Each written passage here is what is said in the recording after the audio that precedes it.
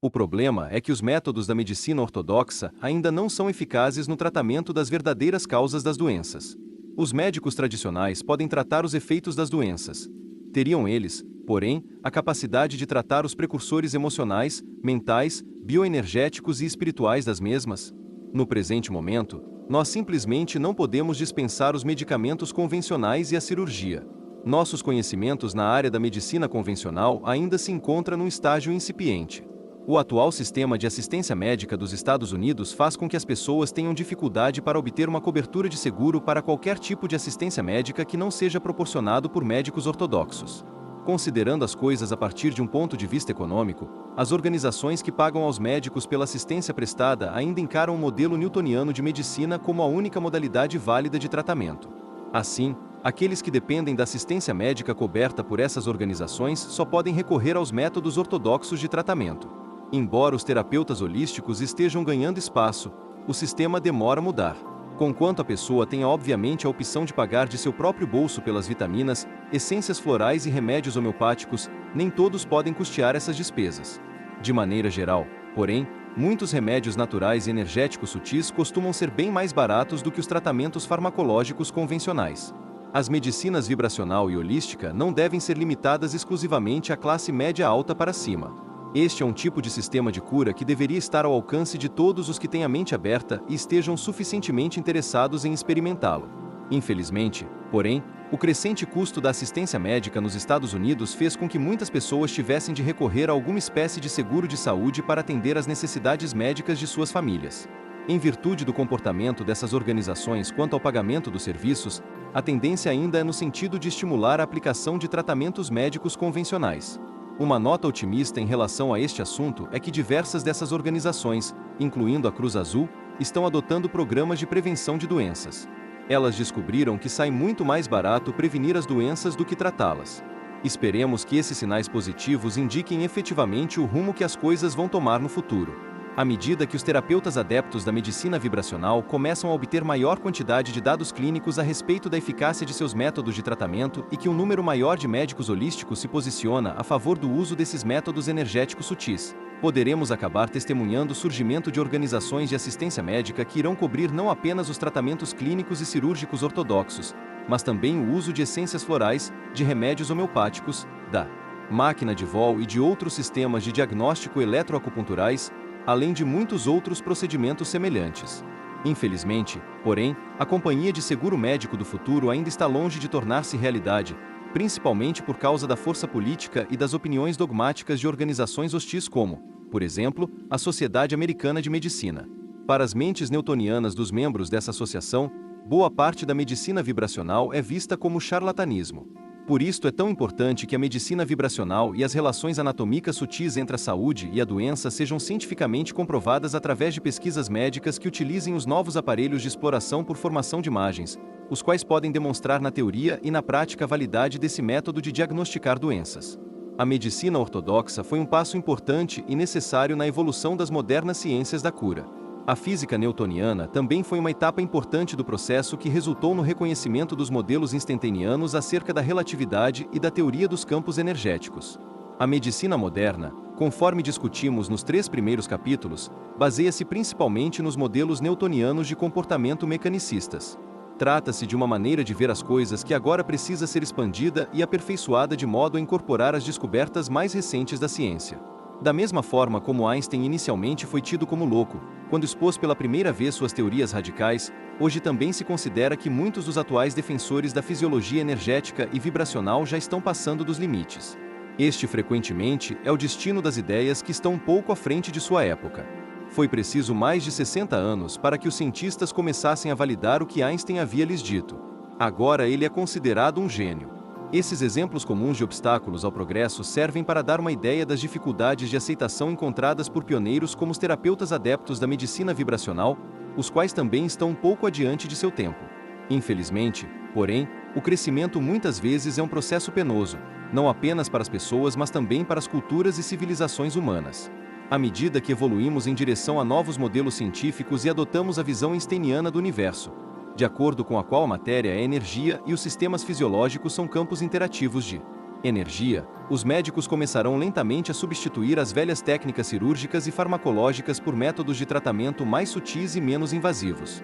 Os novos sistemas de medicina energética sutil irão não apenas aliviar os sintomas das doenças, como faz a medicina tradicional, mas também tratar as causas emocionais, mentais, bioenergéticas, ambientais, sutis e espirituais das enfermidades. Os médicos vibracionais do futuro não se limitarão a receitar pílulas e injeções. Eles serão terapeutas e sensitivos, e além disso, irão diagnosticar desequilíbrios emocionais e distúrbios bioenergéticos que possam eventualmente se manifestar na forma de doenças em seus pacientes. Eles terão a capacidade de identificar os fatores bioenergéticos que podem predispor as pessoas à doença e de ajudar seus pacientes a prevenir a ocorrência de doenças, ensinando-os a mudar esses fatores que provocam desequilíbrios. Os médicos terapeutas irão orientar seus pacientes quanto às maneiras pelas quais poderão desfrutar de um maior nível de bem-estar através de melhores hábitos alimentares, da prática de exercícios, de padrões mais saudáveis de resposta emocional, de técnicas de redução do estresse, que promovem o relaxamento, e de exercícios de meditação que ajudam o indivíduo a descobrir as verdadeiras causas de seus problemas de saúde. Os terapeutas espirituais também poderão diagnosticar desequilíbrios orgânicos nos níveis dos chakras e dos meridianos através de uma variedade de técnicas intuitivas e instrumentais. Além da prescrição das tinturas vibracionais já mencionadas, eles também poderão aplicar a energia dos sons e do laser sobre os pontos de acupuntura e direcionar energias curativas para o interior do corpo através da imposição das mãos. Todavia, para que os médicos vibracionais tenham sucesso na cura de doenças, é preciso que as pessoas comecem a assumir a responsabilidade pelas suas vidas e pela sua recuperação. Elas precisam atuar em conjunto com os médicos para transformar suas vidas no sentido de conferir-lhes mais equilíbrio e uma maior integração entre os elementos interativos da mente, do corpo e do espírito. Por mais difícil que isto seja para algumas pessoas, precisamos começar a reconhecer a validade da reencarnação como um sistema através do qual a alma evolui e ganha experiência. É através do processo de reencarnação que as doenças muitas vezes são criadas para servirem como uma espécie de lição para a alma. Somente quando a doença for entendida nesse contexto e pudermos compreender a verdadeira natureza espiritual da consciência que procura se manifestar através do transitório corpo físico, é que poderemos corrigir nossos padrões de desequilíbrio emocional e enfrentar os obstáculos e as lições que a nossa alma escolheu para nós. Vimos que a medicina ortodoxa não dispõe de soluções para todas as doenças que existem em nossas sociedades industrializadas. A medicina energética sutil pode resolver muitos dos problemas que os métodos ortodoxos de tratamento não conseguem corrigir. A medicina vibracional é revolucionária tanto na teoria como na prática. Trata-se de um sistema de cura cuja hora finalmente chegou. Os conflitos e a agitação que ocorrem atualmente no nosso planeta são reflexo dos desequilíbrios emocionais e espirituais que existem em inúmeras pessoas de todo o mundo. Precisamos começar a curar as doenças e o distres no nível das causas e não apenas no universo superficial dos efeitos físicos. Para aceitar e utilizar os métodos de cura vibracional, a pessoa precisa dar início ao processo de transformação pessoal, que é um pré-requisito para a ocorrência de uma verdadeira cura física e espiritual. Já estamos vendo como determinados segmentos da humanidade começaram a manifestar a consciência da transformação necessária para ajudar a Terra e seus habitantes a efetuarem a brusca e crucial transição do distres planetário para a paz e a cura globais, as quais terão necessariamente de ocorrer para que esta nossa pequena esfera azul sobreviva. Embora a medicina vibracional pareça conter a solução para alguns dos problemas que afligem o nosso mundo, ela só será eficaz se pudermos cooperar. E utilizados corretamente, os métodos de cura baseados no uso das energias sutis prometem o surgimento de uma nova fase de cura, equilíbrio e paz como há milhares de anos não se vê no planeta. Os conhecimentos que estamos começando a utilizar na forma de tratamentos vibracionais derivam dos antigos sistemas de cura que foram mantidos em segredo durante muitos séculos. Talvez a humanidade tenha finalmente começado a assumir uma parcela suficiente de responsabilidade pelas suas ações para que o conhecimento e os dons de nossos antigos mestres espirituais possam mais uma vez beneficiar muitas pessoas necessitadas neste alvorecer da nova era. Pontos fundamentais a serem recordados: 1. Os seres humanos são sistemas dinâmicos de energia que refletem os padrões evolutivos do crescimento da alma. A consciência humana está constantemente aprendendo, evoluindo e se desenvolvendo. À medida que a percepção espiritual desse processo dinâmico de mudança torna-se mais disseminado, haverá uma reação em cadeia que transformará toda a espécie humana. 2. De maneira geral, a maioria das pessoas procura os médicos para tratar de suas doenças e não reflete sobre a necessidade de elas próprias modificarem o seu modo de viver e os seus pontos de vista. A interação médico-paciente só contribui para a cura na medida em que houver uma cooperação mútua e uma maior consciência por parte de ambos. As pessoas precisam assumir a responsabilidade pelo que acontece em suas vidas, e isso deve acontecer, em parte, por causa dos conselhos de seus médicos. 3. As doenças que nos afligem podem muitas vezes refletir de forma simbólica os nossos estados internos de intranquilidade emocional, bloqueio espiritual e desassossego. Embora exista também a influência de fatores externos que produzem efeitos negativos, esses efeitos só conseguem produzir doenças quando há uma suscetibilidade subjacente. Nossos componentes energéticos sutis, ou seja, os chakras e o sistema de meridianos, transformam nossos problemas emocionais e espirituais em debilidades fisiológicas que eventualmente podem produzir um dano localizado num sistema do corpo físico, isto é, podem produzir doenças. 4. Quando a doença se manifesta, isto é um sinal de que estamos restringindo o fluxo natural da consciência criativa e das energias vitais sutis através de nossos complexos multidimensionais formados pelo corpo, mente e espírito. Trata-se de uma mensagem simbólica de advertência indicando que há algo de errado com o sistema. A área de constrição precisa ser reequilibrada para que se possa alcançar um estado permanente de boa saúde. 5. Muitas das questões emocionais e espirituais básicas que os seres humanos estão tentando enfrentar refletem as lições fundamentais dos chakras. Essas questões que dizem respeito aos chakras se referem à ligação com a terra, à sexualidade, ao controle do indivíduo sobre a sua própria vida, sobre o amor, a vontade, a expressão criativa, a visão interior e a busca espiritual. 6. Quando uma pessoa tem um bloqueio relacionado com uma dessas questões fundamentais da vida, o resultado pode ser uma interrupção do fluxo de energia para o grande chakra correspondente, portanto, uma diminuição do fluxo de energia vital para o S, sistema, S, de órgãos correspondente, S. Esses bloqueios podem eventualmente se manifestar na forma de doenças, se o problema se torna crônico, e constituem uma importante experiência de aprendizado para a personalidade encarnante. 7. Nenhuma dessas questões relacionadas com os chakras é mais importante do que a lição do chakra do coração, visto que esta envolve a capacidade de um indivíduo manifestar livremente amor por si mesmo e pelos outros, sejam eles pessoas conhecidas ou estranhos. As transformações pessoais e espirituais dependem, em última análise, da abertura do chakra do coração. 8. www.cliqueapostilas.com.br O medo e a discórdia são as causas originais de boa parte das doenças, das inquietações e do sofrimento que existe no mundo.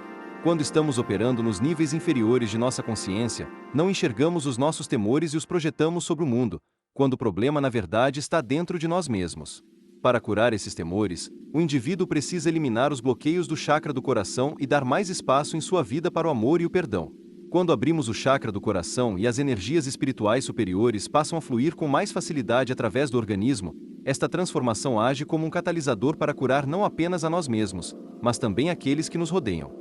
9. A reencarnação é um sistema através do qual as almas, que são particularizações da própria energia divina, podem evoluir, aprender e amadurecer espiritualmente, aumentando assim os conhecimentos e a experiência tanto de Deus como das consciências individualizadas que são as almas.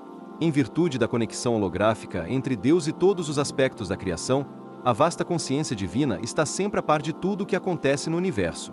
10. O sistema reencarnacionista permite que as almas aprendam coisas a partir de suas tentativas e experiências através de muitas existências em corpos físicos. Tanto as experiências de vida positivas como as negativas são armazenadas no corpo causal e, através do karma, podem afetar as vidas futuras. 11. As maldades e tormentos infligidos aos outros numa dada existência podem ser transformados num handicap apropriado em existências futuras, e dessa maneira, proporcionar ao indivíduo a oportunidade de conhecer os dois lados da questão.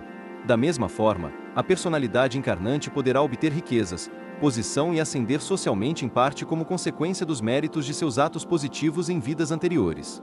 A filosofia da reencarnação permite que a pessoa encare os vários handicaps físicos e socioeconômicos como provações escolhidas pela alma para ajudar no desenvolvimento e na maturação espiritual da personalidade física.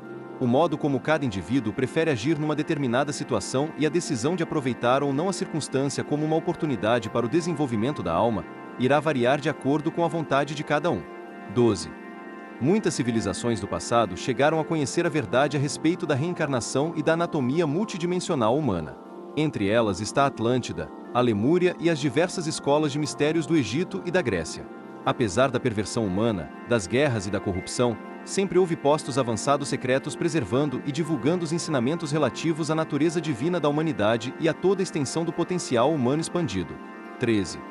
Ao longo dos séculos, vários grandes mestres encarnaram para reavivar a antiga sabedoria espiritual. Entre estes incluem-se Lao Tse, Buda, Zoroastro, Maomé e Jesus de Nazaré.